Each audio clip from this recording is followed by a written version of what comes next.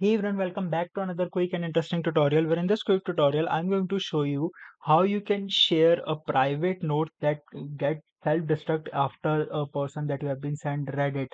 So that's a very good privately sending notes option for you. So in order to do it, just simply open any browser over your any device and in the search bar hit Privnote.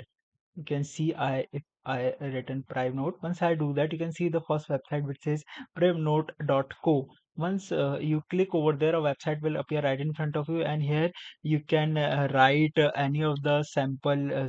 You can write sample. Uh, the note you want to share with someone.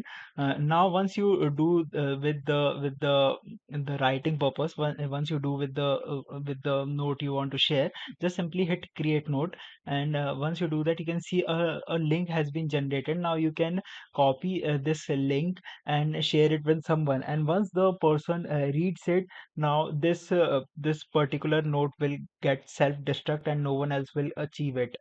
Alright, so that's it for this video. I hope this video will be very helpful for you. Make sure to hit the like button and subscribe button for more such informative and quick tutorials. See you in the next one. Take care.